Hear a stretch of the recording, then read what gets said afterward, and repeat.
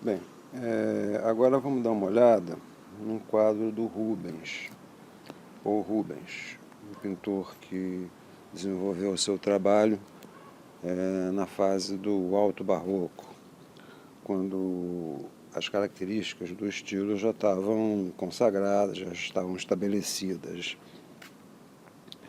O quadro que a gente está vendo é um quadro ainda inacabado, evidentemente, mas por isso mesmo ele é ótimo para a gente estudar o processo, que é o que nos detém, é o nosso objetivo principal.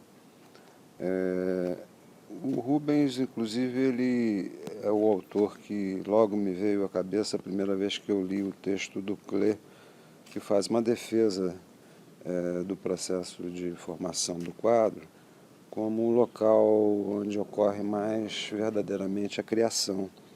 O Klee faz uma crítica a uma concepção prévia como fundamento da criação, né? Como se fosse uma ideia pronta na cabeça que o cara meramente realiza através de uma técnica e um domínio do meio, né? Já estabelecido. Né? E o Rubens me veio à cabeça porque ele adorava deixar o quadro em aberto. Não tanto quanto esse quadro, esse trabalho, né? esse quadro, mas mesmo nos quadros acabados a gente encontra um canto ou outro, consegue resgatar aí a gênese e verificar que é justamente essa base, né, essa procura da forma que a gente vê nesse quadro, que está por baixo, que está atrás, que é o primeiro momento ali, onde ele inicia o processo de procura da forma e da ideia plástica do quadro. Uma das características principais do estilo barroco, que vale a pena a gente comentar, é a unidade do todo. O todo do quadro, do campo visual, não é mais compreendido como uma soma de partes, onde eu boto diversas figuras, mas eu posso retirar uma figura de um determinado local e colocar em outro quadro, por exemplo. O todo fala primeiro, as coisas são mais amarradas, mais costuradas. E nesse quadro do Rubens, a gente verifica, né, que de fato ele busca essa unidade. Primeiro por uma concepção linear, a linha do Rubens é totalmente aberta, uma figura como essa aqui no canto, ela se identifica, ela se funde com o fundo, né? Ela não é um recorte, uma linha de contorno, é uma linha de achura que vai serpenteando ali a estrutura da forma. E a gente percebe também um grande movimento de claro-escuro, que junta tudo, unifica todas as formas, que no caso o fundo é claro, né, um amarelo clarinho, ele faz esse movimento tonal aqui, que perpassa toda a composição e que fala primeiro, como se a ideia do quadro estivesse mais ligada a esse movimento, esse fluxo geral que passa pelo campo visual como um todo, do que a soma de partes isoladas. As partes isoladas já não têm tanta importância quanto esse fluxo total. Bem, essas são questões ligadas ao desenho, mas que é importante comentar, porque na realidade o Rubens retoma o fundo mais claro dos clássicos e retoma o mesmo processo de estruturar um desenho antes de entrar com as cores propriamente ditas. Ele não chega a desenvolver um processo como é usual no século XIX, início do século XX, onde o pintor já começa a elaborar o quadro, a ter a ideia plástica do quadro, focado na questão da cor.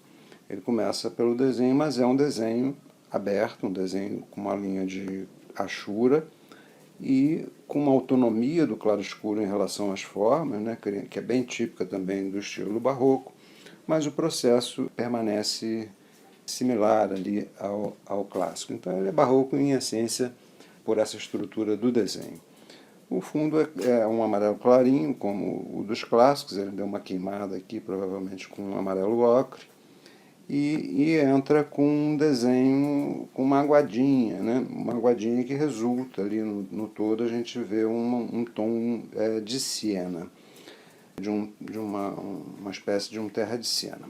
Essa cor, ela é resultado, na realidade, a gente vai ver aqui no detalhe, que a gente tem esse tom aqui principal, que é o terra de siena, mas aqui ao lado a gente tem o preto com um vermelho terroso, um terra queimada. Se eu misturar esse preto com o vermelho, eu tenho um marrom e ao dar uma aguadinha com esse marrom em cima de um fundo amarelo, resulta nesse siena. Se ele tivesse dado uma aguadinha com esse mesmo marrom em cima de um fundo branco, isso não aconteceria, daria um tom mais puxando para os violáceos. Um pouco mais para a lateral aqui, a gente percebe que tem uns tons frios de cinza a azulado, que ele entra com esses brancos, né? Ele escurece para um lado com esses marrons e ilumina já com umas aguadas de branco, né? Um branco não tão aguado, mais pro opaco, mas já começa a entrar com esses brancos. Quando esses brancos batem em cima dos tons mais de preto, eles resultam nesses cinzas azulados. A gente vê bem uma diferença aqui entre um cinza mais frio e o tom mais quente de um terra de siena. Isso já dá uma indicação ali do que será o desdobramento cromático do quadro na sequência, né? O que virá em cima virá se desdobrando, já dá uma indicação ali das áreas de quente com os terras avermelhados e dos frios com os pretos, que vai ser o desdobramento de quente e frio que ele faz por baixo, que ele faz sobretudo a partir dos escuros. É interessante também a gente ver, aqui a gente tem um detalhe, onde ele entra não só com branco, mas com amarelo, ocre misturado com branco, já começando a dar mais opacidade, aqui tem um pouco também, né? E isso resulta numa luz mais quente, não é mais essa luz fria dos cinzas azulados.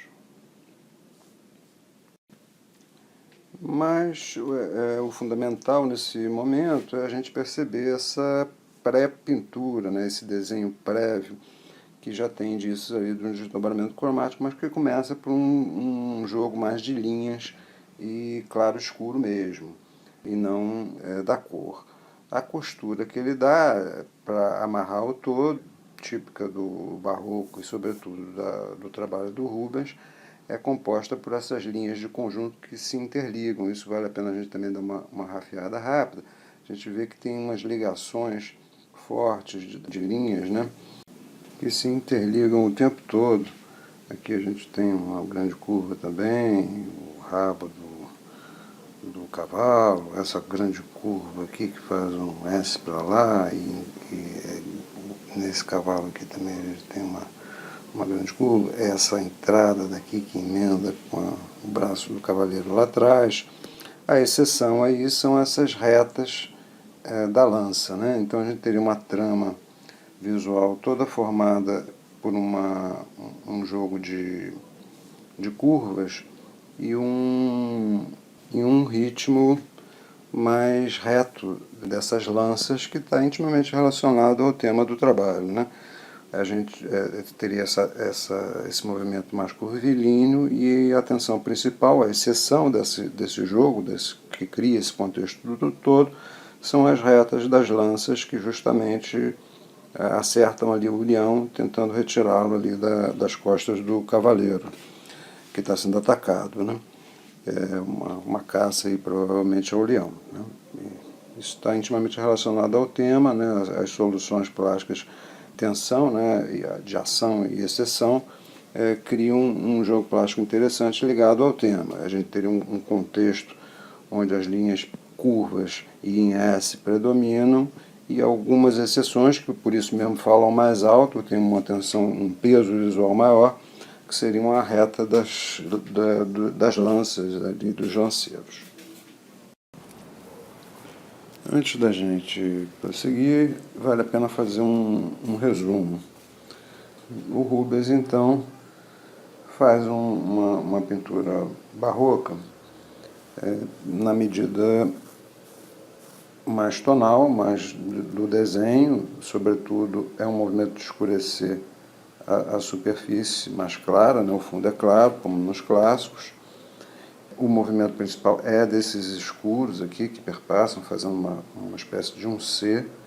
Ele já indica um desdobramento posterior da cor. A gente reconhece os tons de avermelhado, vale a pena chamar atenção para isso. A gente tem esse vermelho aqui principal que fala mais alto, né?